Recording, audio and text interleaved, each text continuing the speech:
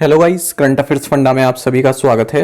मैं हूं आपके साथ अभिषेक शर्मा और आज की क्लास एसबीआई क्लर्क मेंस के लिए एक स्पेशल क्लास है जिसमें हम कई सारे टॉपिक्स एक साथ कवर करेंगे, वो भी जनरल अवेयरनेस के। तो काफ़ी महत्वपूर्ण है ये क्लास और अगर इसकी आप पीडीएफ चाहते हैं तो हमारी करंट अफेयर्स फंडा ऐप पर आप प्राप्त कर सकते हैं, वो भी फ्री ऑफ कॉस्ट। ठीक है, कुछ भी आपको पे नहीं करना है। पीडीएफ आप डाउनलोड कीजिए और जल्दी से आप उसका रिवाइज कर लीजिए। ठीक है, तो आपके लिए काफ़ी बेनिफिशियल ये क्लास और इसकी पीडीएफ रहने वाली है। ऐप का लिंक आपको वीडियो के डिस्क्रिप्शन में या फिर फर्स्ट कमेंट में मिल जाएगा। साथ ही आपको बता दें, एसबीआई क्लर्क मेंस 2024 के लिए हमने एक जीए बूस्टर भी तैयार किया है जो कि पिछले 6 महीनों के सभी करंट अफेयर्स को कवर करता है। इसमें monthly 500 MCQs, banking MCQ PDF, strategy के पीडीएफ्स, ये सभी प्रोवाइड हम आपको कराते हैं। तो ये भी आपको करंट अफेयर्स फंडा ऐप पर मिल जाएंगी। तो जिन्होंने भी इंस्टॉल नहीं किया हमारी ऐप, वो अभी हमारी करंट अफेयर्स फंडा ऐप को इंस्टॉल कर लीजिए। लिंक आपको वीडियो के डिस्क्रिप्शन में या फिर फर्स्ट कमेंट में मिल जाएगा। चलिए फिर करते हैं शुरुआत इस वीडियो सेशन की। सबसे पहले आएगा हमारा जो टॉपिक है वो है dictionaries and word of the year 2023 से संबंधित। तो ऑक्सफोर्ड ने अपना जो वर्ड ऑफ द ईयर बताया है वो रीड्स को बताया है।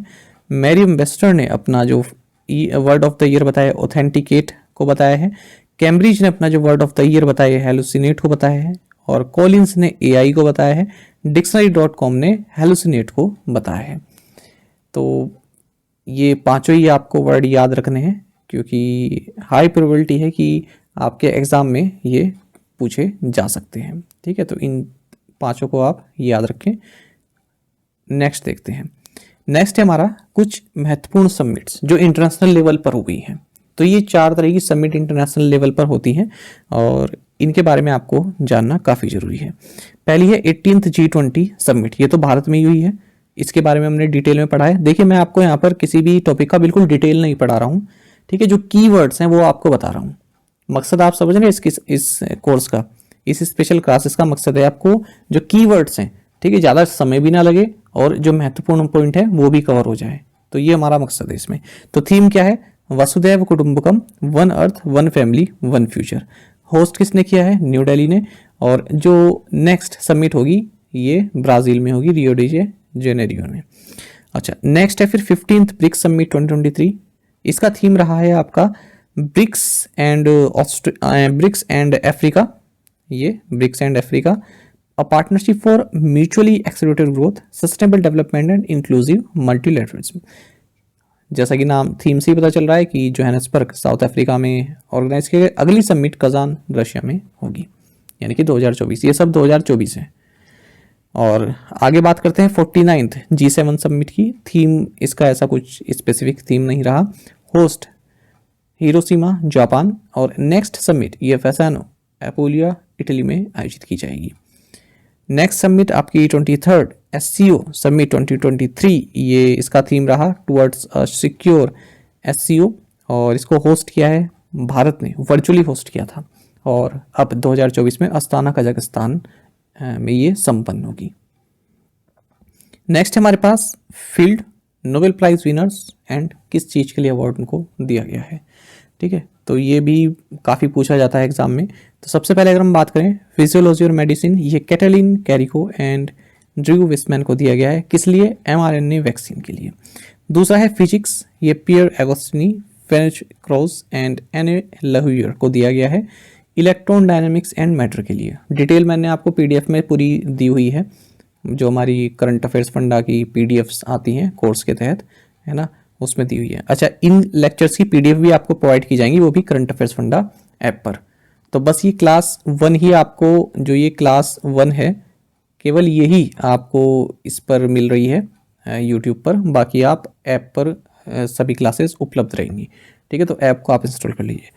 केमिस्ट्री, ये है मोंगी बावेंडी, लुइस ब्रूस एंड एलेक्सी एकिमो को दिया गया है। किस लिए? Discovery and synthesis of quantum dots. और इसके बाद अगर हम देखें लिटरेचर, ये जॉन फॉस को दिया गया है for his innovative plays and prose which give voice to the unsayable. Peace की अगर हम बात करते हैं तो नरगिस मोहम्मदी को दिया गया है fight against women operation in Iran. अब देखिए, इतना महत्वपूर्ण क्वेश्चन है ये।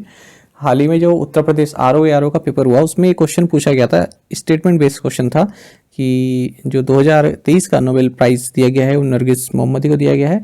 दूसरा स्टेटमेंट था क्योंकि ये जो है ईरान में प्रेस जो होती है ना, प्रेस की इंडिपेंडेंस के लिए, प्रेस की स्वतंत्रता के लिए प्रदर्शन करती हैं या फिर उसके लिए प्रदर्शन किया इसलिए दिया है। तो ये जो दूसरा स्टेटमेंट था वो गलत था। ठीक है, तो सही ऑप्शन क्या था, ये विमेंस की जो राइट्स हैं उनको जो दबाया जा रहा है उसके लिए प्रदर्शन करती है। तो इतनी बारीकी से चीज़ें आपको पढ़नी पड़ती हैं। नेक्स्ट है इकोनॉमिक साइंसेस, क्लाउडिया गोल्डिन को दिया गया है gender gap in labour market. ठीक है, ये इनका फील्ड है जिसके लिए इन्होंने काम किया है। आगे बढ़ते हैं। अब है एंटिटी कैंपेन और ब्रांड एम्बेसडर। तो कुछ छाट जो बिल्कुल ऐसे हैं जो पूछे जा सकते हैं, केवल वही मैंने इसमें कवर किए हैं। जैसे मैंने आपको बताया कि हमें बिल्कुल कंप्लीट नहीं इस क्लास में कवर करना है, हमें जो बिल्कुल हाईलाइटेड है, जो लगता है कि हाँ ये पूछा ही जाएगा, उनको काफ़ी सिंप्लीफाई तरीके से बताना मकसद है। तो देखिए, youth voter awareness ambassador Jammu and Kashmir Suresh Raina, state bank of India और Viacom 18, Patanjali food limited, Lay's ये बने हैं Mahendra Singh Dhoni, Hyundai motor India और Bisleri Deepika Padukone, PepsiCo India की Kiara Advani and Siddharth Malhotra, UPI safety के ambassador Pankaj Tripathi, Puma India के Mohammed Shami, national icon of the election commission Rajkumar Rao, ये महत्वपूर्ण रहेगा राजकुमार राव, और ऑप्टिमम न्यूट्रिशन और लारियस के नीरज चोपड़ा, और PNB MetLife India insurance company Smriti Mandhana, West Bengal के सौरभ गांगुली और जेप्टो के जसप्रीत बुमराह। अब देखिए, इसमें से जो महेंद्र सिंह धोनी है, ये उत्तराखंड में अभी एक एग्ज़ाम हुआ था, शायद आरओ का हुआ था या फिर टैक्स इंस्पेक्टर का, वहाँ पर ये पूछा गया था कि स्टेट बैंक ऑफ इंडिया ने किसे अपना ब्रांड एम्बेसडर बनाया है। ठीक है, अच्छा, एक एग्ज़ाम उससे पहले हुआ था, एग्ज़ाम का नाम याद नहीं आ रहा है, राजकुमार राव का ये पूछा गया था। ठीक है, तो ये महत्वपूर्ण है। नेक्स्ट है ऑपरेशन, हाल ही में जो हमारी सरकार ने लॉन्च किए हैं। तो ऑपरेशन अजय, ये तो बहुत चर्चा में रहा, और ये किस लिए है, इंडियंस को, इसराइल हमास के वार जब शुरू हुआ था तब इंडियंस को वापस लाने के लिए ऑपरेशन अजय लॉन्च किया गया था। ऑपरेशन आयरन स्वॉर्ड्स, ठीक है, तो इसराइल का कोड नेम रहा ये ऑपरेशन का, हमास के अगेंस्ट इसने लॉन्च किया था। ऑपरेशन चक्र 2, तो यहाँ पर रेड्स कंडक्ट की गई सीबीआई के द्वारा साइबर क्राइम माफिया को एलिमिनेट करने के लिए। ऑपरेशन सजग, तो कोस्टल सिक्योरिटी को बढ़ाने के लिए इंडियन कोस्ट गार्ड द्वारा लॉन्च किया गया। ऑपरेशन त्रिनेत्र 2, तो पूंछ सेक्टर में जो टेररिस्ट हैं उनको बाहर भेजने के लिए, खदेड़ने के लिए जम्मू एंड कश्मीर में इसको लॉन्च किया गया इंडियन आर्मी एंड पुलिस के द्वारा। ऑपरेशन करुणा, तो म्यांमार में जो एक साइक्लोन आया था, साइक्लोन मोका, इंडियन नेवी ने इसको जो है लॉन्च किया था, वहाँ पर जो अफेक्टेड लोग हैं उनकी सहायता के लिए। कावेरी, ऑपरेशन कावेरी, तो सूडान में जब वॉर चल रहा था तो गवर्नमेंट ऑफ इंडिया ने ये लॉन्च किया था ताकि भारतीयों को वापस लाया जा सके। तो इसमें ऑपरेशन अजय महत्वपूर्ण है और कावेरी महत्वपूर्ण है, करुणा महत्वपूर्ण है। अच्छा, अब देखिए, ये जो मैं आपको 2 क्वेश्चन कराऊंगा ना, ये बहुत महत्वपूर्ण है, इन पर आपकी नज़र नहीं जाती, आप पढ़ते हैं पर कंफ्यूज हो जाते हैं, इसलिए मैंने 2 क्वेश्चन लिए हैं। तो हमारी न्यूज़ है, Mumbai, Indian navy's stealth frigate Mahendragiri launched for sea trial. ठीक है, तो पहली बात यह है कि ये 7th and last stealth frigate रही प्रोजेक्ट 17A के तहत, इसका नाम है महेंद्रगिरी। कहाँ पर लॉन्च किया गया, Mazagon dock ship builders limited में, मुंबई में। ये महत्वपूर्ण पॉइंट है। ठीक है, ना कि नाम पूछेगा, ना कि प्रोजेक्ट पूछेगा, ये पूछेगा कहाँ पर लॉन्च की गई है। और आगे अब मैं आपको बताऊं इसमें, तो महेंद्रगिरी का नाम रखा गया है माउंटेन पीक के नाम पर, जो कि ईस्टर्न घाट उड़ीसा में है।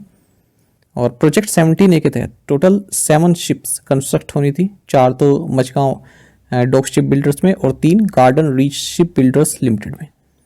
ठीक है, और जो शिवालिक क्लास फ्रिगेट थे उनको रिप्लेस कर रहा है ये। अगला क्वेश्चन इससे भी ज़्यादा महत्वपूर्ण है। ठीक है, ये आपको बता दूं, ये वाला क्वेश्चन पूछा गया है अभी CSIR के एग्जाम में, CSIR के एग्जाम में क्वेश्चन पूछा गया है। ठीक है, क्या पूछा गया वो मैं आपको बताऊंगा। तो हेडिंग हमारी, Cochin shipyard launches 3 anti submarine watercraft for Indian navy, November 2023 का ये न्यूज़ है। तो माहे, मालविन और मंगरोल, ये 3 शिप्स जो कि anti submarine warfare shallow watercraft हैं, इनको लॉन्च किया गया है कोची में। किसके द्वारा बनाए गए? कोचिन शिपयार्ड लिमिटेड के द्वारा। ये क्वेश्चन पूछा गया था कि किसके द्वारा जो है इन्हें बनाया गया है। कोचिन शिपयार्ड ऑप्शन में था, मझगांव शिप बिल्डर्स था ऑप्शन में, हुगली ऑप्शन में था, ठीक है, और विशाखापट्टनम ऑप्शन में था। तो सही आंसर क्या है? Cochin shipyard limited. और गारंटीड के साथ बता रहा हूँ मैं, 80% लोगों ने इसको रॉन्ग किया होगा, क्योंकि ये चीज़ में ना कन्फ्यूजन बहुत होता है कि कौन क्या लॉन्च कर रहा है, ठीक है। तो ये कोचिन शिपयार्ड ने लॉन्च किया है, इसको आप याद रखिएगा। और इसमें ये जानकारी भी महत्वपूर्ण है कि जो पोर्ट्स हैं, है ना, जो स्ट्रेटेजिक पोर्ट्स हैं, उनके नाम पर लिखे गए हैं। माही भी पोर्ट है, मालवन भी पोर्ट है, और मंगरोल भी पोर्ट है। बस बाकी इसमें और स्पेसिफिकेशन आपको याद नहीं रखनी है, केवल ये एक तो कोचिन। अब ये मैं आपको आगे के लिए बता रहा हूँ, कोई भी सबमरीन लॉन्च होती है, सबसे पहले ये देखिए किसने, कहाँ पर लॉन्च हुई और किसके द्वारा बनाई गई है, और बाकी उसका नाम याद रखिए किसी भी क्वेश्चन के लिए, ठीक है। तो आई होप आपको ये क्लास काफ़ी पसंद आ रही होगी। कमेंट बॉक्स में ज़रूर बताइएगा, मुझे आपके कमेंट्स का काफ़ी इंतजार रहेगा कि ये जो हमारा पहला इस तरह का इनिशिएटिव है, वो भी फ्री ऑफ कॉस्ट आपको इस तरह की क्लासेस दे रहे हैं। तो आप बताइएगा, आगे आने वाली क्लासेस बहुत इंटरेस्टिंग होंगी, क्योंकि पिछले 4-5 महीने के जो भी इस तरह के क्वेश्चंस रहेंगे, जिन पर आपकी नज़र तो जाती है, पर जो है इतना डिटेलिंग में नहीं आप पढ़ रहे हैं, तो वो मैं आपको सब कुछ कवर कराऊंगा। एसबीआई क्लर्क एग्जाम से पहले आपका अच्छा खासा रिवीजन यहाँ पर हो जाएगा। देखिए, सबसे पहले देख लेते हैं जो स्टेट्स और हाल ही में जो असेंबली इलेक्शंस हुए हैं जिस स्टेट्स में, उनमें सीट्स कितनी है, गवर्नर कौन है, चीफ मिनिस्टर कौन है, और सबसे महत्वपूर्ण, जब भी कोई असेंबली में इलेक्शन होते हैं असेंबली के लिए, स्पीकर कौन नियुक्त हुआ है, ये सबसे महत्वपूर्ण रहता है। तो एक एक करके देखेंगे। देखिए, सबसे पहले है आपका मध्य प्रदेश, ठीक है। तो मध्य प्रदेश में 230 असेंबली सीट्स हैं, इतने पर ये इलेक्शन हुए। मंगूभाई चौगनभाई पटेल गवर्नर हैं, chief minister doctor Mohan Yadav, ये इलेक्ट हुए हैं, इनको चुना गया है, मोहन यादव को। स्पीकर नरेंद्र सिंह तोमर, जो कि पहले केंद्रीय मंत्री थे। राजस्थान की बात करें, 200 सीट्स हैं यहाँ पर, लेकिन 199 पर इलेक्शन हुए हैं। कलराज मिश्रा यहाँ के गवर्नर हैं। भजनलाल शर्मा चीफ मिनिस्टर बने हैं। वासुदेव देवनानी स्पीकर हैं। छत्तीसगढ़ की बात करें, 90 असेंबली सीट्स हैं। विश्वभूषण हरिचंद्र यहाँ के गवर्नर हैं। विष्णुदेव साय चीफ मिनिस्टर बने हैं। रमन सिंह, जो कि पहले भी चीफ मिनिस्टर रह चुके हैं छत्तीसगढ़ के, ये स्पीकर बने हैं। तेलंगाना की बात करें, 119 सीट्स पर इलेक्शन हुए। डॉक्टर तमिलसाई सुंदरराजन यहाँ की गवर्नर हैं। रेवांत रेड्डी कांग्रेस के यहाँ पर चीफ मिनिस्टर बने हैं, और स्पीकर हैं गद्दाम प्रसाद कुमार। मिजोरम की बात करें, 40 असेंबली सीट्स हैं। हरिबाबू कम्बमपति यहाँ के गवर्नर हैं। लाल दुहुमा यहाँ के चीफ मिनिस्टर हैं, ठीक है, ये आप याद रखिएगा। और जो लाल बियागजामा है यहाँ के स्पीकर बने हैं, ठीक है। तो ये टेबल सबसे महत्वपूर्ण है। आगे देखते हैं, मेजर ध्यानचंद खेल रत्न अवार्ड, तो दोनों ही बैडमिंटन से संबंधित हैं। चिराग शेट्टी, नाम आप सभी जानते हैं, और सात्विक साईराज रंकीरेड्डी। आगे अगर हम बात करते हैं इंडियन ग्रैंड मास्टर्स की, तो इसमें आपको ये सभी नहीं पढ़ने हैं, ठीक है, लिस्ट सभी की है लेकिन सभी नहीं पढ़ने हैं। 84 याद रखिएगा वैशाली रमेश बाबू।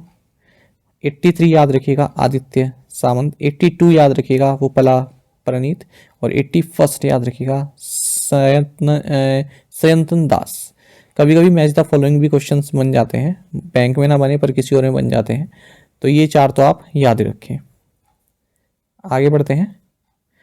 दूसरा है 76 कांस फिल्म अवार्ड्स, तो Palme d'Or award best film यहाँ पर एनाटॉमी ऑफ फाल को मिला। बेस्ट एक्टर या actress Koji Yakusho best actor. Best actress Merve Dizdar. Best actor Tran Anh हूँ। Best screenplay Monster written by Yuji Sakamoto. और समंत रुथ प्रभु की शाकुंतलम, इसे best Indian film का अवार्ड दिया गया है, ठीक है। तो यहाँ पर केवल आप याद रखिएगा बेस्ट फिल्म का अवार्ड किसे मिला है। आगे देखें, अगर हम ब्यूटी कॉम्पिटिशन्स जो होते हैं ये भी काफ़ी महत्वपूर्ण रहते हैं। Miss India USA Rijul many. Miss universe 2023 ये 72nd एडिशन रहा। शेनिस पैलेसियोस निकारागुआ, काफ़ी महत्वपूर्ण रहेगा, याद रखना। Mrs universe India 2023 Madhuri Patel Maharashtra से है। Miss Diva universe 2023 Shweta Sharda Mumbai से है। Miss earth India 2023 Priya Sen Rajasthan से है। और miss international India Praveen Anjana है। मिस इंटरनेशनल 2023 एंड्रिया रूबियो है वेनेजुएला से, ठीक है। और Femina miss India world 2023 Nandini Gupta Rajasthan से, ठीक है। फेमिना मिस इंडिया 2023 कौन है? नंदिनी गुप्ता, याद रखना। 76 बाफ्टा अवार्ड्स की अगर हम बात करते हैं, best film all quiet on the western front, best actor Edward Berger, best actor Austin Butler, best actress Cate Blanchett. आगे अगर हम बात करते हैं 95th ऑस्कर अवार्ड्स की, बेस्ट फिल्म दिया गया था everything everywhere all at once को, best actor Daniel Kwan and Daniel Scheinert, best actor Brendan Fraser, best actress Michelle Yeoh, ठीक है। तो ये याद रखिएगा। और सबसे महत्वपूर्ण best original song Naatu Naatu. International Emmy awards 2023 की बात करते हैं, best drama series the empress, best actor Martin Freeman, best actress Karla Souza, best comedy Vir Das, ठीक है, याद रखना। और prestigious directorate award Ekta Kapoor. आगे बात करते हैं 69th नेशनल फिल्म अवार्ड्स की, बेस्ट फिल्म रॉकेटरी, डायरेक्टर हैं आर माधवन। हाल ही में जो यूपी आरओ का पेपर हुआ है वहां पर क्वेश्चन आया था इससे। Best Hindi film Sardar Udham, best actor Allu Arjun Pushpa, best actress Alia Bhatt Gangubai और कीर्ति सानून मिमी, बेस्ट डायरेक्टर निखिल महाजन। आगे अगर हम देखते हैं 23rd आईफा अवार्ड्स, तो best film Drishyam 2, best actor Hrithik Roshan, best actress Alia Bhatt, best मतलब director R Madhavan, Rocketry the Nambi effect के लिए। आगे अगर हम इसमें बात करें 69th फिल्म फेयर अवार्ड्स की, तो ये महत्वपूर्ण रहेगा, हाल ही में विनर्स आए हैं। तो best actor Ranbir Kapoor Animal, best actress Alia Bhatt Rocky और रानी की Prem Kahani, best film 12th Fail Bhupinder Babbal male playback singer, lifetime achievement award दिया गया है देवी धवन को, ये पूछा जा सकता है। Best actor Vinod Chopra 12th fail के लिए। और critics award best actor Vikrant Massey, critics best actress Rani Mukerji, critics best actress Shefali Shah और सपोर्टिंग एक्टर मिला है विक्की कौशल को डंकी के लिए। आगे बात करते हैं 54th international film festival 2023 Goa की, बेस्ट फिल्म यहाँ पर golden peacock award endless borders को दिया गया, महत्वपूर्ण है। Best actor Pouria Rahimi Sam, best actress Melanie Thierry, UNESCO Gandhi award Drift को दिया गया। तो इसमें एक तो आप याद रखिएगा best film UNESCO Gandhi award, best director Stephan Komandarev, ये भी महत्वपूर्ण है। Best web series OTT award Panchayat season 2, special jury award Rishab Shetty को दिया गया कंतारा के लिए, special award for continues to Indian cinema contribution to Indian cinema Madhuri Dixit, Satyajit Ray lifetime achievement award, ये काफी महत्वपूर्ण रहेगा आपके लिए, ये याद रखना। Michael Douglas.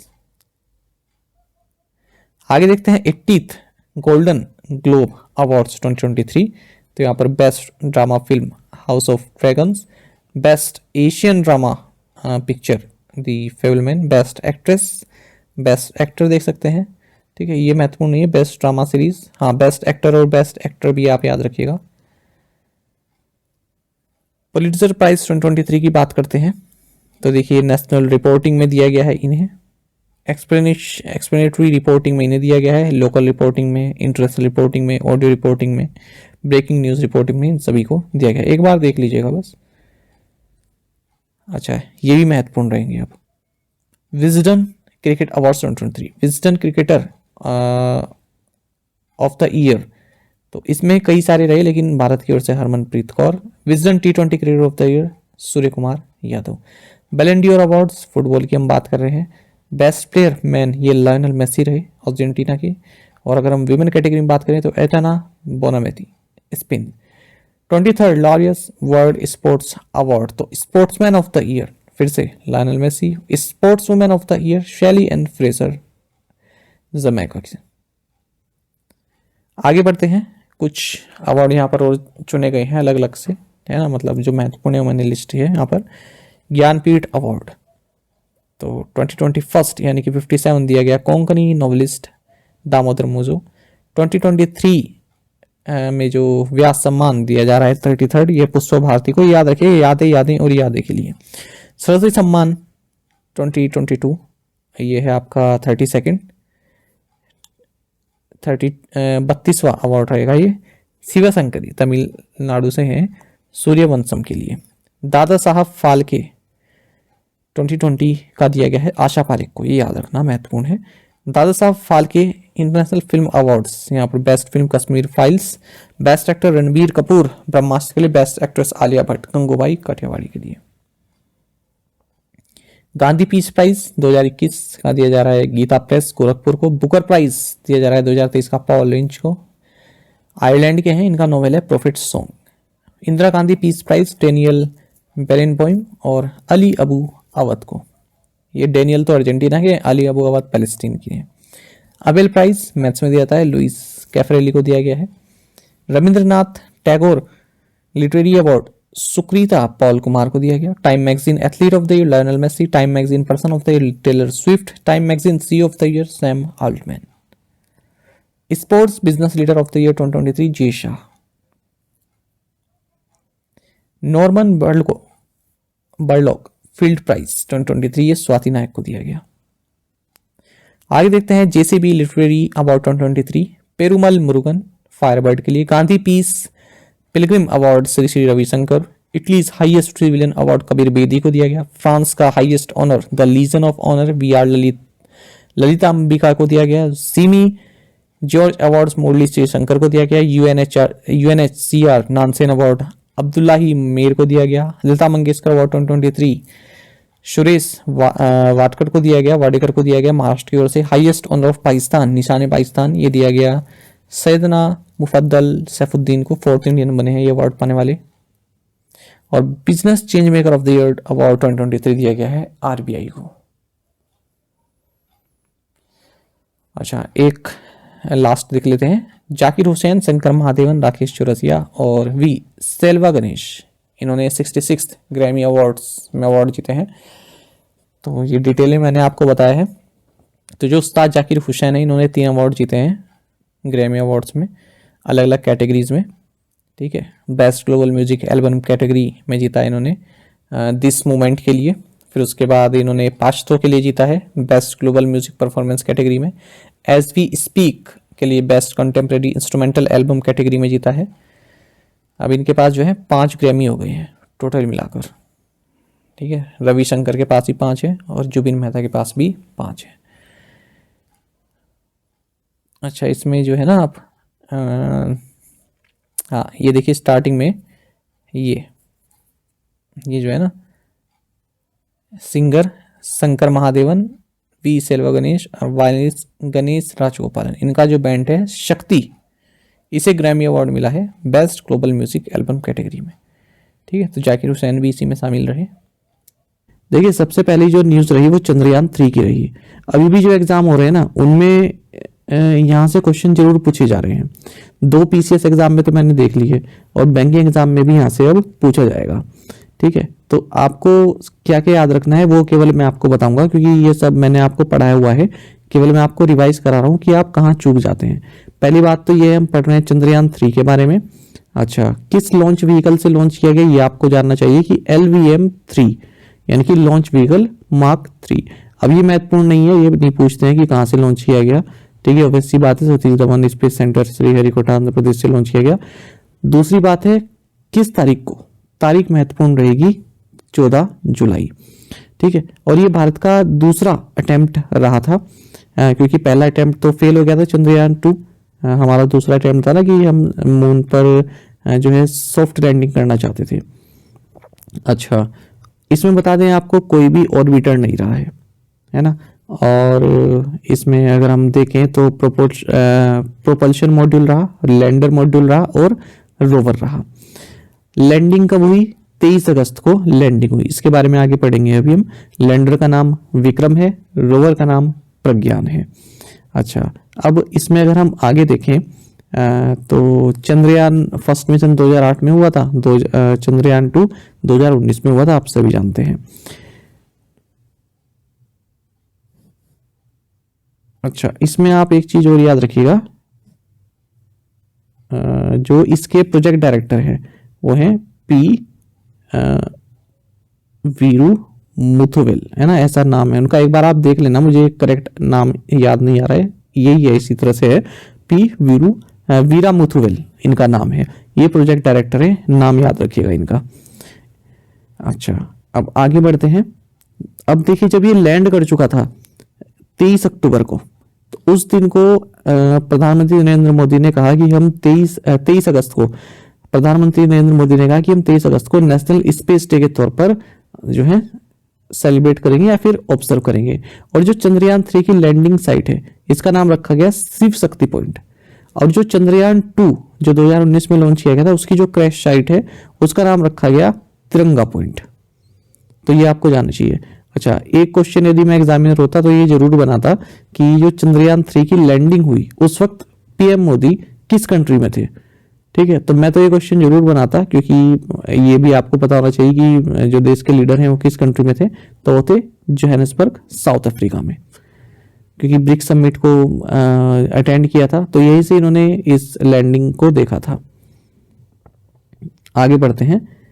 अब दूसरी हमारी न्यूज फिर से साइंस एंड टेक्नोलॉजी संबंधित है। ये हमारी आदित्य L1 से संबंधित, फिर से वही सतीश धवन स्पेस सेंटर से लॉन्च किया गया। अच्छा, किस लॉन्च व्हीकल को यूज किया गया? PSLV XL. तो ये महत्वपूर्ण रहेगा, PSLV एक्सेल। और डेट महत्वपूर्ण रहेगी 2 सितंबर। अच्छा, और ये जो स्पेस क्राफ्ट है, पहले जो हेलो ऑर्बिट है, लैग्रांज पॉइंट L1 के तहत वहां पर प्लेस किया गया। तो L1 की फुल फॉर्म भी पूछ सकते हैं, लैग्रांज पॉइंट होता है, और किस लैग्रांज पॉइंट पर किया गया, ऐसा भी हो सकता है। L1 से L5 तक होते हैं ना लैग्रांज पॉइंट, तो L1 पर, L2 पर, L3 पर, कहां पर? तो L1 पर। अच्छा, इसमें जो है कितने पेलोड्स थे? 7 पेलोड्स थे, ये आपको जानना चाहिए। बाकी की जानकारी जो है बैंकिंग एग्जाम के पर्सपेक्टिव से महत्वपूर्ण नहीं है। 7 पेलोड्स हो गए। अच्छा, इसके जो प्रोजेक्ट डायरेक्टर है कौन है? निगार साजी। निगार साजी। तो 2 चीजें हो गई आपकी, है ना। एक तो उनकी, एक तो चंद्रयान 3 की होगी वीरू मुथुवेल, और ये हो गए आदित्य L1 की निगार साजी। अच्छा, आगे बढ़ते हैं। ये एक महत्वपूर्ण क्वेश्चन रहेगा आपके लिए। देखिए, पार्लियामेंट ने कॉन्स्टिट्यूशन 128 अमेंडमेंट बिल 2023 पास किया।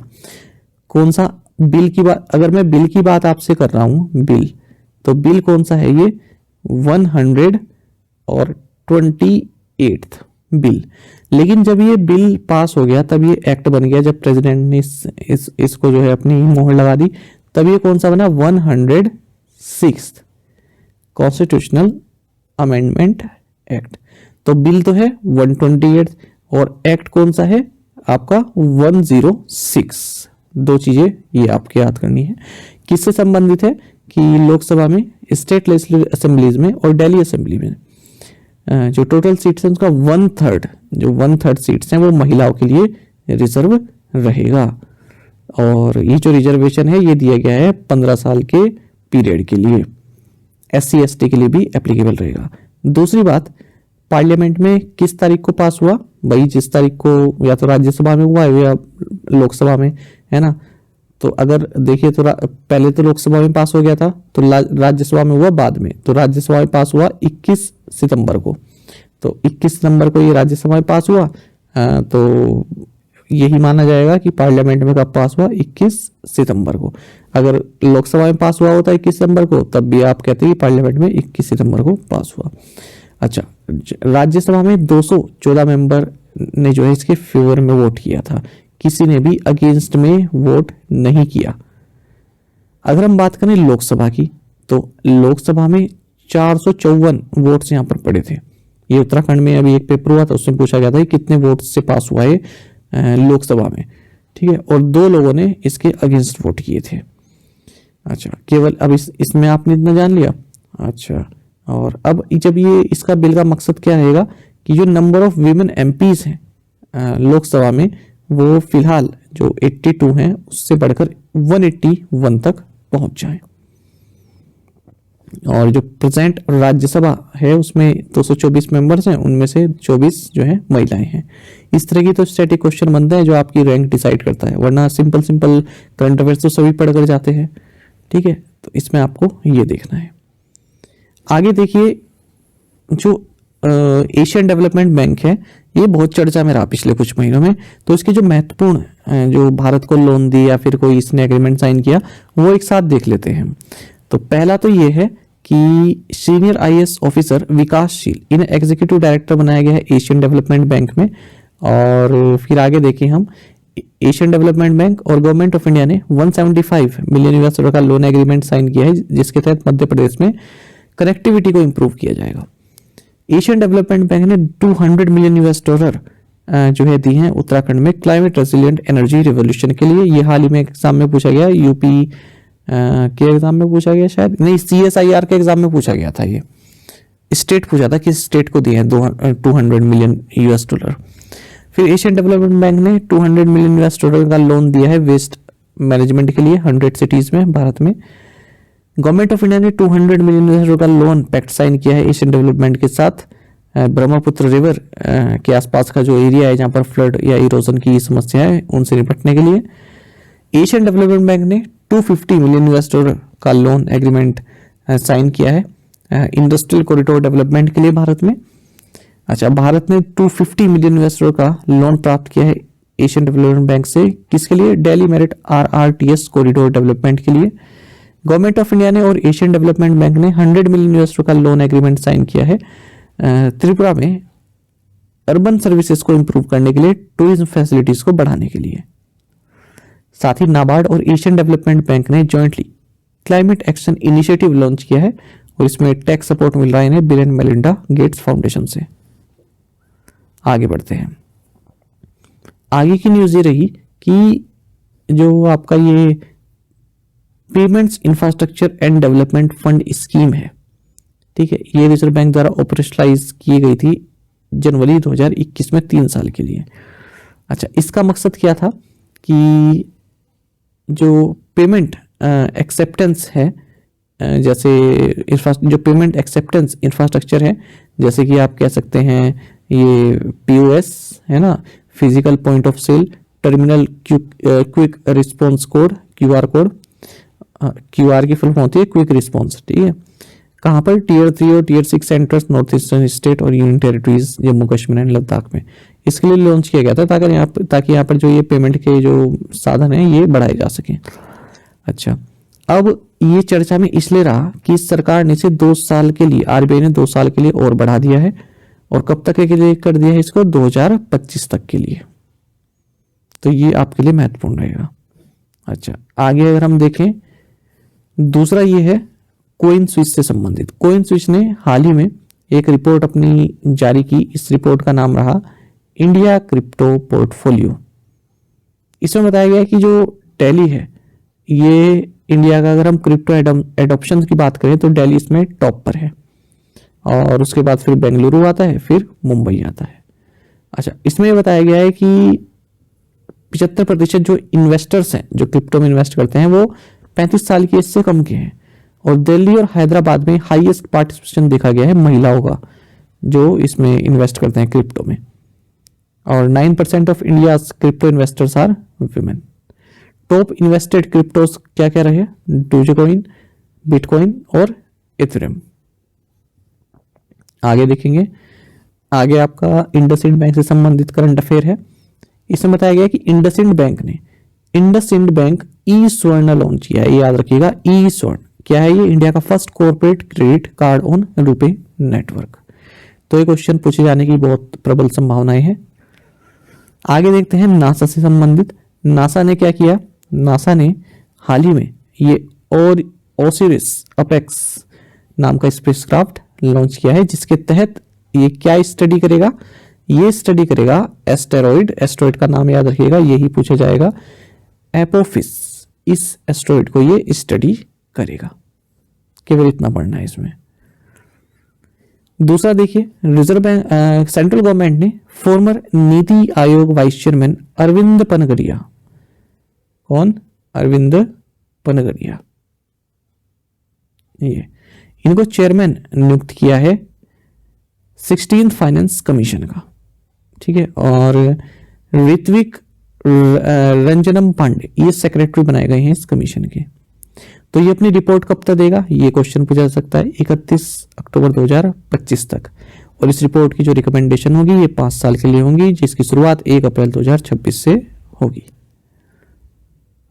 नेक्स्ट देखिए, ये महत्वपूर्ण क्वेश्चन है। रक्षा मंत्री राजनाथ सिंह ने, एक मिनट, राजनाथ सिंह ने संविद गुरुकुलम गर्ल्स सैनिक स्कूल, इसको इनोग्रेट किया है वृंदावन मथुरा उत्तर प्रदेश में।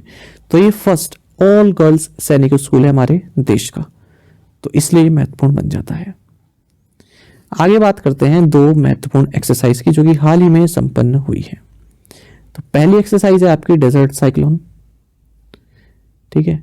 ये किसके बीच है? इंडिया और यूएई के बीच में है। कहां पर हुई है?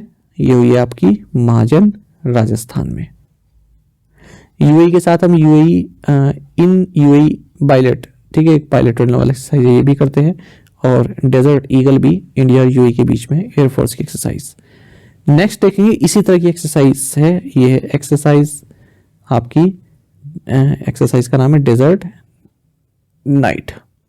तो एक्सरसाइज डेजर्ट नाइट हमने की है इंडियन एयरफोर्स ने French air and space force और यूनाइटेड अरब एमिरेट्स एयरफोर्स के साथ। कहां पर? अरेबियन सी के ऊपर। तो ये महत्वपूर्ण रहेगा। आगे देखते हैं, ये स्कीम बहुत महत्वपूर्ण है और इस स्कीम का नाम आप सबने सुना होगा, PM Vishwakarma scheme. Fully funded है यूनियन गवर्नमेंट द्वारा। इसका बजट याद रखिएगा 13,000 करोड़ रुपए का है और ये रूरल और अर्बन दोनों के लिए है, ठीक है। ऐसा नहीं है कि केवल रूरल के लिए, ऐसा भी ऑप्शन में कभी कभी फंसा देते हैं। कितने ट्रेडिशनल ट्रेड्स इसमें कवर किए जा रहे हैं? 18 ट्रेडिशनल ट्रेड्स इसमें कवर किए जा रहे हैं। स्कीम कब तक चलेगी? फिस्कल 24 से 28 तक चलेगी। बाकी इसमें टूल किट इंसेंटिव दिया जा रहा है 15,000 रुपए का। कोलेट्रल फ्री क्रेडिट सपोर्ट दिया जा रहा है 1 लाख रुपए तक का पहली ट्रांच और 2 लाख रुपए तक की सेकंड ट्रांच, यानी कि टोटल 3 लाख रुपए का। और इंटरेस्ट रेट कितना रहेगा? 5%। तो ये आपको महत्वपूर्ण रहेगी चीजें। आगे देखते हैं, जो कि भारत ने, आप सभी जानते हैं कि 18th G20 मीटिंग को होस्ट किया भारत मंडपम नई दिल्ली में, है ना। और इसमें अफ्रीकन यूनियन को जो है एडमिट किया गया G20 मेंबर के तौर पर। तो इसी के साथ अब 21 मेंबर हो गए हैं G20 में, और यूरोपियन यूनियन भी इसमें एक रीजनल ब्लॉक है। उसके बाद अफ्रीकन यूनियन दूसरा ब्लॉक बन गया है। अच्छा, जो अफ्रीकन यूनियन है इसको रिप्रेजेंट यहाँ पर किया जो कॉमोरोस के प्रेसिडेंट हैं और AU के चेयरपर्सन है अजली असुमनी। ये हाल ही में रीइलेक्ट हुए हैं, इसलिए महत्वपूर्ण है। अफ्रीकन यूनियन में कितने मेंबर हैं? 55 मेंबर स्टेट्स हैं, बस केवल इतना जानना है। और इसका हेडक्वार्टर्स है अदिस अबाबा, इथोपिया में। अब नेक्स्ट महत्वपूर्ण आपके लिए रहेगा कि G20 के मेंबर 19 मेंबर हैं, प्लस यूरोपियन यूनियन है, और अब अफ्रीकन यूनियन भी आपका इसमें ऐड हो चुका है। अच्छा, अब मैंने आपको बताया था कि आप कॉन्टिनेंट वाइज यदि याद रखेंगे ना इसके मेंबर, तो आपको इजीली याद हो जाएगा, ठीक है। तो कॉन्टिनेंट वाइज आप इनको याद रखिएगा कि एशिया से कौन आता है, अफ्रीका से कौन आता है, यूरोप से कौन कौन कंट्रीज हैं। और दूसरी बात ये जो ग्लोबल जीडीपी में G20 कंट्रीज का कंट्रीब्यूशन 85% का है, ग्लोबल ट्रेड में 75% का है, और 2/3 पॉपुलेशन आती है इन G20 कंट्रीज से पूरे वर्ल्ड की। एक और महत्वपूर्ण पॉइंट, G20 का कहीं भी सेक्रेटेरिएट नहीं है, कोई भी परमानेंट सेक्रेटेरिएट इसका नहीं है। आगे देखिए, इंग्लिश फ्रेंच और स्पेनिश ये ऑफिशियल लैंग्वेजेस हैं। अच्छा, और G20 की स्थापना तो 1999 में हुई थी। और दूसरा महत्वपूर्ण पॉइंट आपके लिए रहेगा ये पूरी लाइन, जो इसकी पहली समिट हुई थी ना, जहां पर G20 में जो शामिल देश हैं उनके जो लीडर्स हैं, ये आपकी समिट हुई थी जो है वॉशिंगटन डीसी में नवंबर 2008 में। ये महत्वपूर्ण आपके लिए। अच्छा, अब अगर हम बात करें इस समिट की, तो ये 18th मीटिंग रही, जैसा मैंने आपको बताया G20 की भारत में और भारत मंडपम में आयोजित की गई। अच्छा, इसमें अगर हम और चीज देखें महत्वपूर्ण, तो एक मोटो ये वसुधैव कुटुंबकम, one earth one family one future, ठीक है। आगे पीछे भी कर सकता है ऑप्शन में, one family one earth one future कर देगा, या फिर one future one family one earth कर देगा। तो ये भी याद रखिएगा क्या सीक्वेंस है, one earth one family one future, okay. और महा उपनिषद से लिया गया है। इसके बाद आपको इसमें जानना है कि अफ्रीकन यूनियन बनाए गए तो हमने देख लिया। और हाँ, ये एक तो रशिया के प्रेसिडेंट व्लादिमीर पुतिन और चाइनीज प्रेसिडेंट शी जिनपिंग ने इस मीटिंग को अटेंड नहीं किया है। और एक ये जॉइंट एग्रीमेंट भी साइन किया गया था यहाँ पर, इसकी फुल फॉर्म याद रखिएगा, IMEC की, ये India middle east European economic corridor. और ये याद रखिएगा जो 19वीं आपकी G20 समिट है ब्राजील में होगी 2024 में, 20वीं 2025 में होगी साउथ अफ्रीका में, 21वीं होगी आपकी 2026 में यूनाइटेड स्टेट्स में। देखिए सबसे पहले डिफेंस एक्सरसाइज देखेंगे। तो पहली एक्सरसाइज ये है कि 29 जनवरी से 10 फरवरी तक भारत और सऊदी अरब की जो मिलिट्री हैं इन्होंने एक एक्सरसाइज की है। फर्स्ट एडिशन रहा है। कहाँ पर हुआ ये एक्सरसाइज हुई है आपकी महाजन राजस्थान में, और इसका नाम क्या रहा है आपका, साडा तांसिक। ठीक है, ये महत्वपूर्ण है। आगे देखते हैं, दूसरा हमारा करंट अफेयर है कि इंडियन एयरफोर्स ने और French air and space force ने और यूनाइटेड अरब एमिरेट्स एयरफोर्स ने एक एक्सरसाइज की है जिसका नाम है एक्सरसाइज डेजर्ट नाइट। ये याद रखिएगा। आगे बढ़ते हैं, 11th एडिशन, ठीक है, 11th edition of India Kyrgyzstan joint special force exercise, ये कहाँ पर, बकलो हिमाचल प्रदेश में कंडक्ट की गई और इसका नाम रहा एक्सरसाइज खंजर। आगे बढ़ते हैं, नेक्स्ट है हमारी की जो सेकंड एडिशन है India Egypt joint special forces exercise, ये कंडक्ट की गई है इजिप्ट में 22 जनवरी से 1 फरवरी के बीच, और ये रही है एक्सरसाइज साइक्लोन, इसका नाम रहा, इंडिया इजिप्ट के बीच। आगे बढ़ते हैं, फिर से देखिए फर्स्ट एवर है ये, first ever exercise Indian navy और रॉयल थाई नेवी के बीच में कंडक्ट की गई 20 से 23 दिसंबर के बीच, और इसका नाम है एक्सरसाइज अयुथया। नेक्स्ट अगर हम देखते हैं तो ये है आपकी joint exercise coast guard of India और जापान के जो कोस्ट गार्ड है उनके द्वारा आयोजित की गई बे ऑफ बंगाल में, नाम है सहयोग कैजिन। नेक्स्ट एक्सरसाइज देखते हैं, फर्स्ट इंडिजिनियसली, ये एक्सरसाइज नहीं है, ये ड्रोन से संबंधित है, फर्स्ट इंडिजिनियसली, ठीक है, मतलब भारत में बना हुआ manufactured unmanned aerial vehicle UAV, इसे बनाया है अडानी डिफेंस एंड एरोस्पेस ने।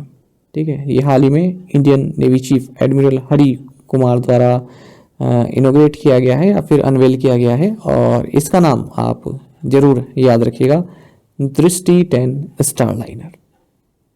आगे बढ़ते हैं, आगे है आपका उग्रम। अब ये उग्रम क्या है, ये है आपका state of art Indian assault rifle है। क्या है, असॉल्ट राइफल। इसको डेवलप किया है armament research and development establishment के द्वारा।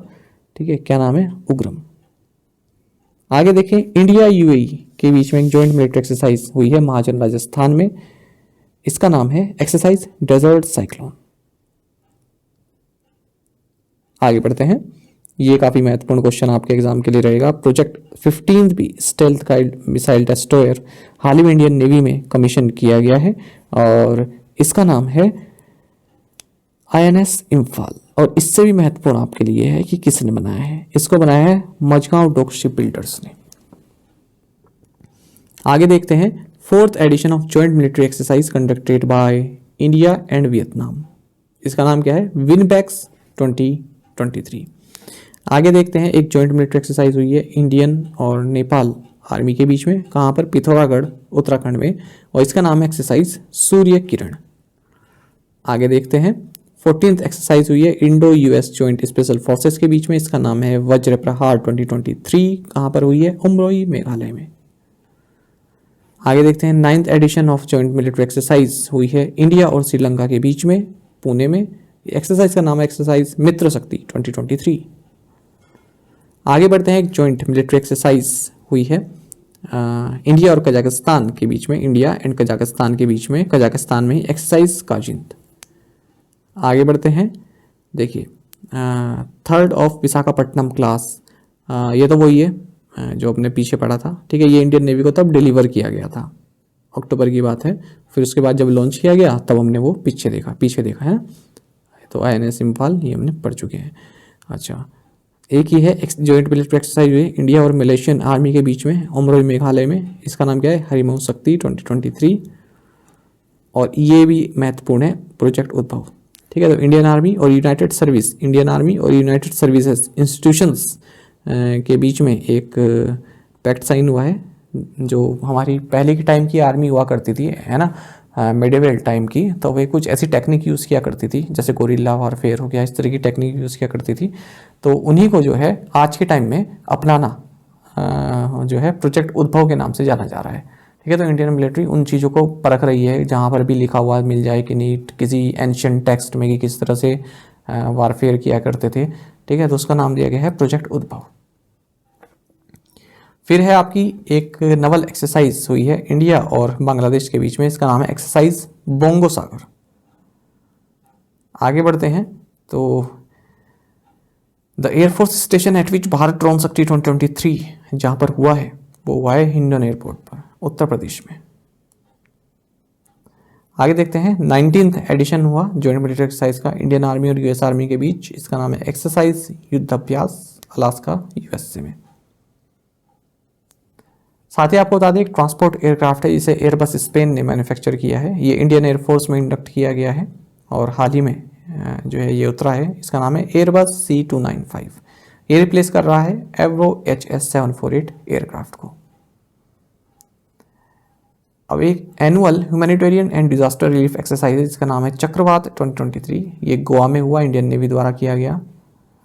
11th edition of joint military exercise by India and Bangladesh, ये हुई है उमरोई मेघालय में। इसका नाम है संप्रीति 11वां एडिशन रहा। फिर आपका इंडियन नेवी और सिंगापुर नेवी के बीच में एक्सरसाइज हुई सिंगापुर में, इसका नाम है सिम्बेक्स 2023। ठीक है, अब यहाँ तक मिलिट्री एक्सरसाइज हमने सब कवर कर ली है और ठीक है, आप इन पर रिलाय रह सकते हैं, इनको पढ़िए। अब देखते हैं GDP फोरकास्ट देख लेते हैं। इसमें आपको काफ़ी कन्फ्यूज़न था ना कि क्या पढ़ें क्या ना पढ़ें, तो वो भी मैंने अब ये कटिंग अपनी PDF से लगाई है मैंने, क्योंकि मकसद आपसे ये है कि आपको कम टाइम में शॉर्ट नोट्स प्रोवाइड कराए जाएँ, क्योंकि समय काफ़ी करीब आ गया है एग्ज़ाम का, तो जल्दी जल्दी जो आप पढ़ सकें और महत्वपूर्ण जो आप पढ़ सकें। अभी और लेक्चर इसमें आएंगे, काफ़ी महत्वपूर्ण चीज़ें मैं आपको बताऊंगा। अभी स्टैटिक टाइप का जो एग्ज़ाम में पूछा जाता है, आपको लगता है कि कहाँ से पूछा गया, उस तरह की चीज़ें मैं आपको बताऊंगा, है ना। उम्मीद करूंगा कि आ जाए वहाँ से, ऐसा नहीं है कि आएगा ही आएगा वहाँ से, पर उम्मीद करूंगा कि आ जाए। वो बेस्ड रहेगा पुराने पैटर्न्स पर। पिछले कुछ सालों को एनालाइज करके मैं एक वीडियो ऐसा बनाऊंगा जिसमें कुछ चीज़ें ऐसी बताऊंगा जो आपको जो है हार्डली मालूम हो, ठीक है, पर आपको जाननी चाहिए। देखिए RBI ने कहा है कि जो GDP ग्रोथ है 2024-25 के लिए वो 7% रहने वाली है क्वार्टर फर्स्ट में। ठीक है, और नहीं 7% रहेगी 2024-25 में। क्वार्टर फर्स्ट में 7.2%, क्वार्टर 2 में 6.8%, क्वार्टर 3 में 7%, क्वार्टर 4 में 6.9%। तो क्वार्टर वाली तो छोड़िए, आप 7% याद रखिएगा 24-25 में। अब देखिए जो नेशनल स्टैटिस्टिकल ऑफिस की जो फर्स्ट एडवांस एस्टिमेट है उसमें इन्होंने बताया कि जो ग्रोस डोमेस्टिक प्रोडक्ट है ये 7.3% रहेगा 2023-24 में। आगे अगर हम देखें तो फिच रेटिंग्स ने कहा है कि जो फिस्कल डेफिसिट है वो 5.4% ऑफ GDP पहुंच जाएगी फिस्कल 25 में। ये फिस्कल डेफिसिट से संबंधित था। आगे देखें इंडियन इंटरनेशनल मॉनेटरी फंड यानी कि IMF, इसने भारत की जो GDP ग्रोथ फोरकास्ट है फिस्कल 25 के लिए 2024-25 के लिए 6.5% बताई है। ठीक है, आगे देखते हैं ICRA लिमिटेड, इसने कहा इंडिया की जो GDP ग्रोथ है वो 6% रहेगी थर्ड क्वार्टर में, फिस्कल 24 के थर्ड क्वार्टर में, यानी कि अक्टूबर से दिसंबर 2023 के बीच।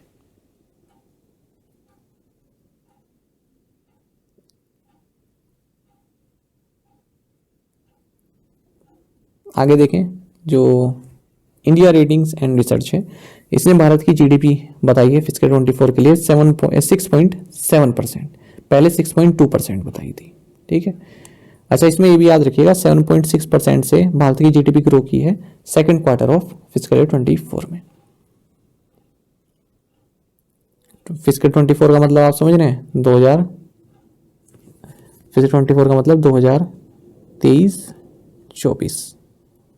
ठीक है, चलिए आगे देखते हैं। अब United Nations world economic situation and prospects report 2024 में इंडिया की जो जीडीपी है वो 6.2% बताई है 2024 कैलेंडर ईयर में। आगे देखते हैं, American rating agency S and P global ratings, इन्होंने कहा इंडिया की जो जीडीपी फोरकास्ट है फिस्कल 24 के लिए 6.4% रहेगी। आगे देखते हैं, ये इंडियन इकोनॉमी 7.6% से ग्रो की है जुलाई से सितंबर क्वार्टर में 2023-24 में। ठीक है, तो ये भी महत्वपूर्ण रहेगा, जो इस जुलाई से सितंबर का क्वार्टर है इसमें 7.6% से ग्रो की है। अच्छा, CII यानी कि कॉन्फेडरेशन ऑफ इंडियन इंडस्ट्री, इन्होंने भी अपनी जीडीपी फोरकास्ट बताई है और इन्होंने बताया कि जो ग्रोथ फोरकास्ट रहेगी करंट फिस्कल में वो 6.8% रहने वाली है। 6.8% याद रखिएगा।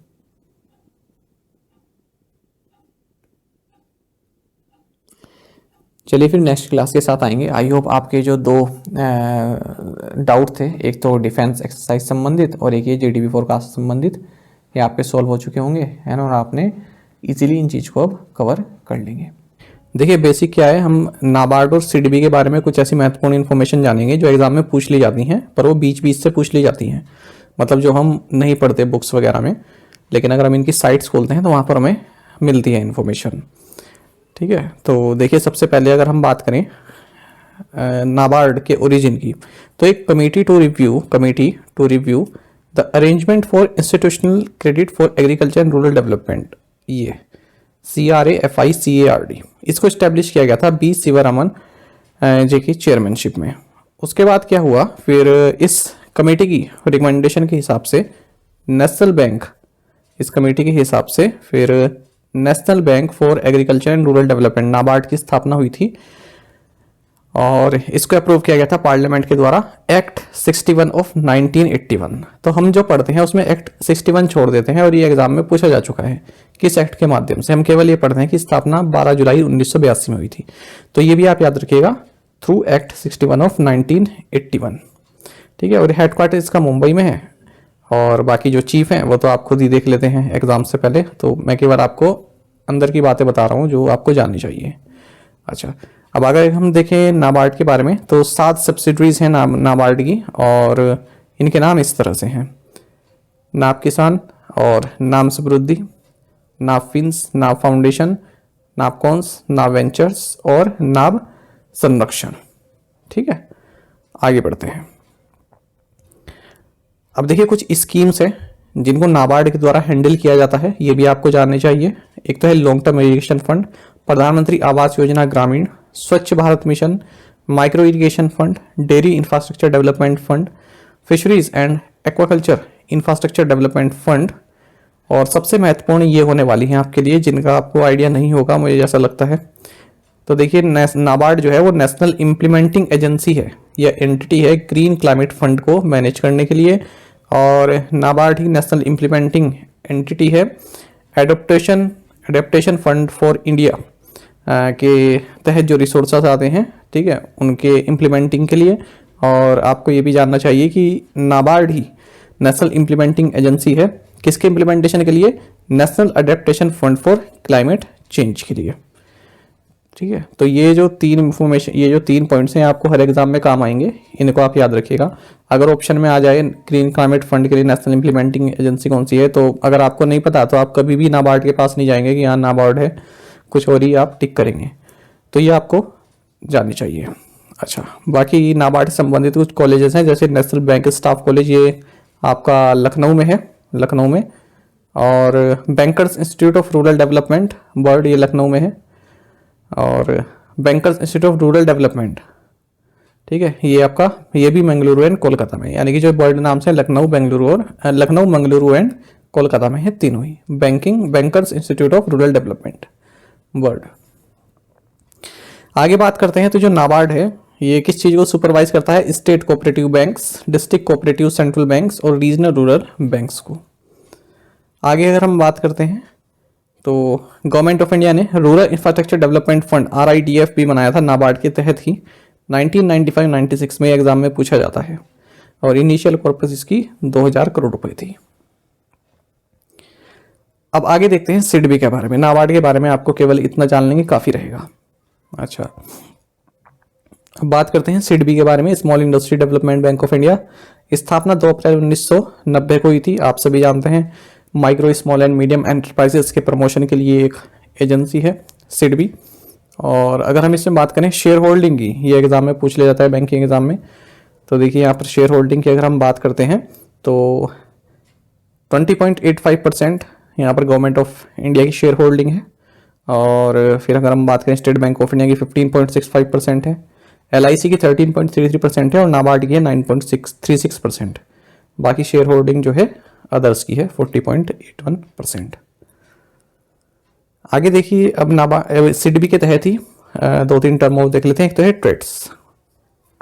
ट्रेड्स का मतलब क्या है? Trade receivables electronic discounting system. ये एक इलेक्ट्रॉनिक प्लेटफॉर्म है MSMEs के लिए, जो ऑनलाइन डिस्काउंटिंग होते हैं बिल्स उनके लिए। और जो भी MSMEs की पेमेंट में जो डिले होती है, ठीक है, उससे संबंधित भी यहाँ पर जो है कोई कंप्लेन वगैरह वो यहाँ पर की जाती है। तो फिलहाल जो है 3 ट्रेड्स प्लेटफॉर्म भारत में जो है उपलब्ध है या ऑपरेशनल है। अच्छा, एक ये भी है रिसीवेबल्स एक्सचेंज ऑफ इंडिया। ये जॉइंट वेंचर है किसके बीच में? सिडबी के बीच में और NSE के बीच में। अच्छा, एक आप ये भी जानेंगे डिजिटल प्रयास।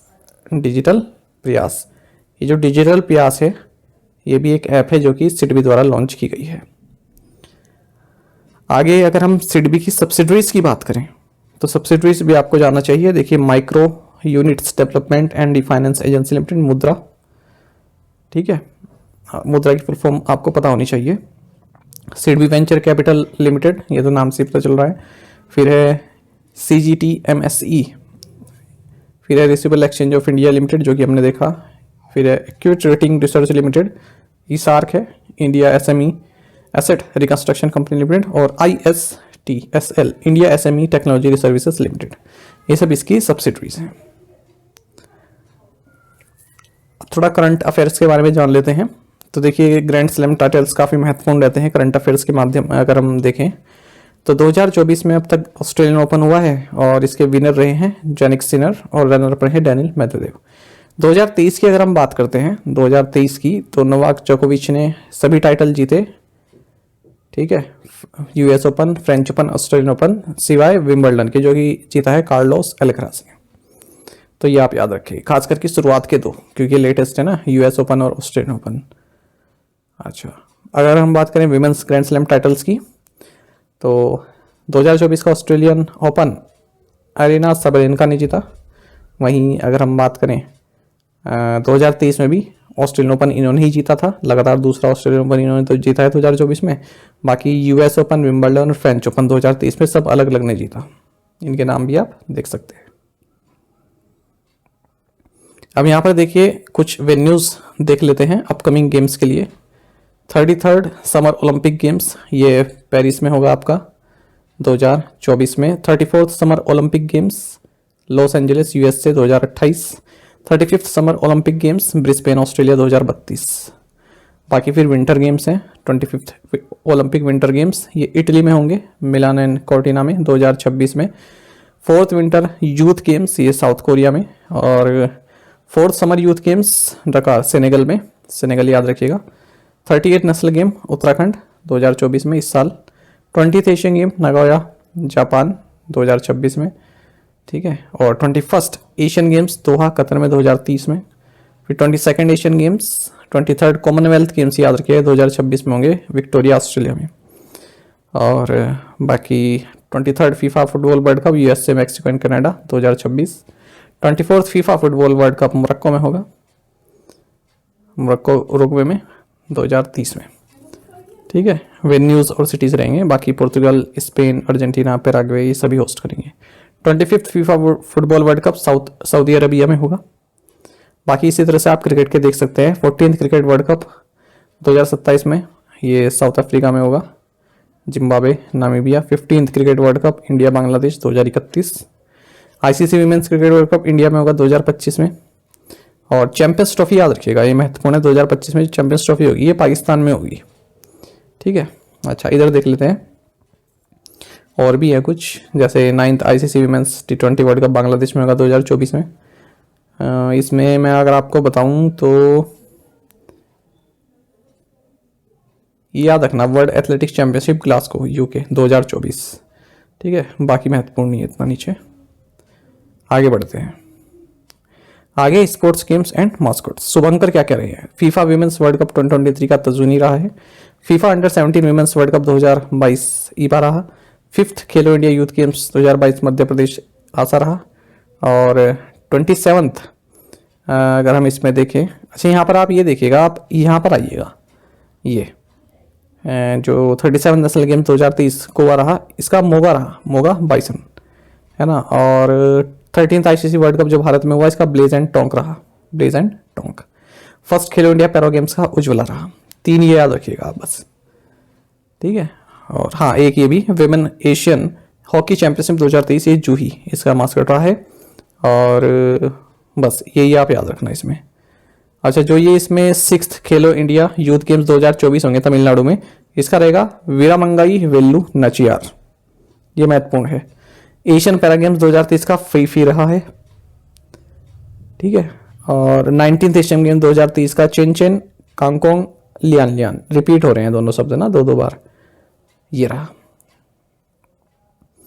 आगे देखें, अगर हम क्रिकेट में कुछ रिजल्ट्स देख लेते हैं, तो पहले विनर लिखा है, फिर रनर्सअप लिखा है। विजय हजारे ट्रॉफी देखें, विनर हरियाणा रहा, runners-up Rajasthan. Under 19 Asia cup में विनर बांग्लादेश रहा। और क्रिकेट वर्ल्ड कप 2023 में ऑस्ट्रेलिया विनर रहा। सैयद मुश्ताक अली ट्रॉफी में विनर पंजाब रहा।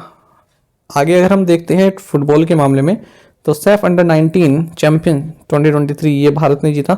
दुरंत कप 2023 जो कोलकाता में मोहन बागान ने जीता। FIFA women's world cup 2023 Spain ने जीता, ये महत्वपूर्ण रहेगा याद रखना।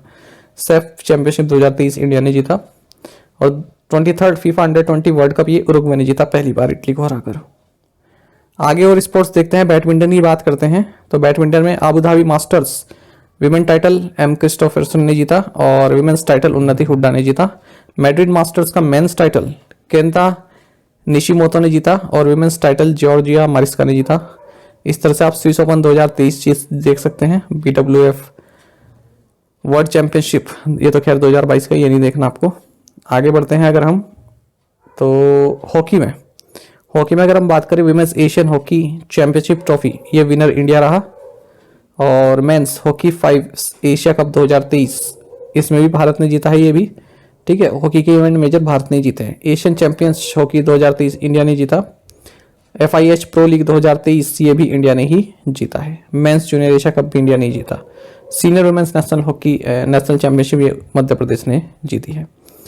अदर स्पोर्ट्स की बात करें, 26th वर्ल्ड बिलियर्ड चैंपियनशिप 2023 है तो हाल ही का है, पंकज आडवाणी ने जीता। एशियन पैरा गेम्स में जो है आपका